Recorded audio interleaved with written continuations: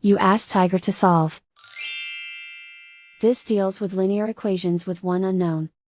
The final result is x equals 25/11. Let's solve it step by step.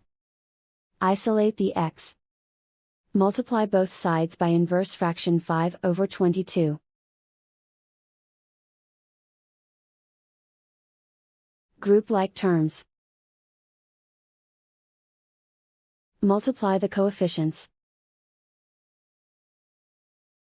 Simplify the fraction. Multiply the fractions.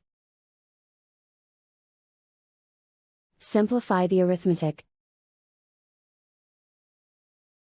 And so the final result is x equals 25/11.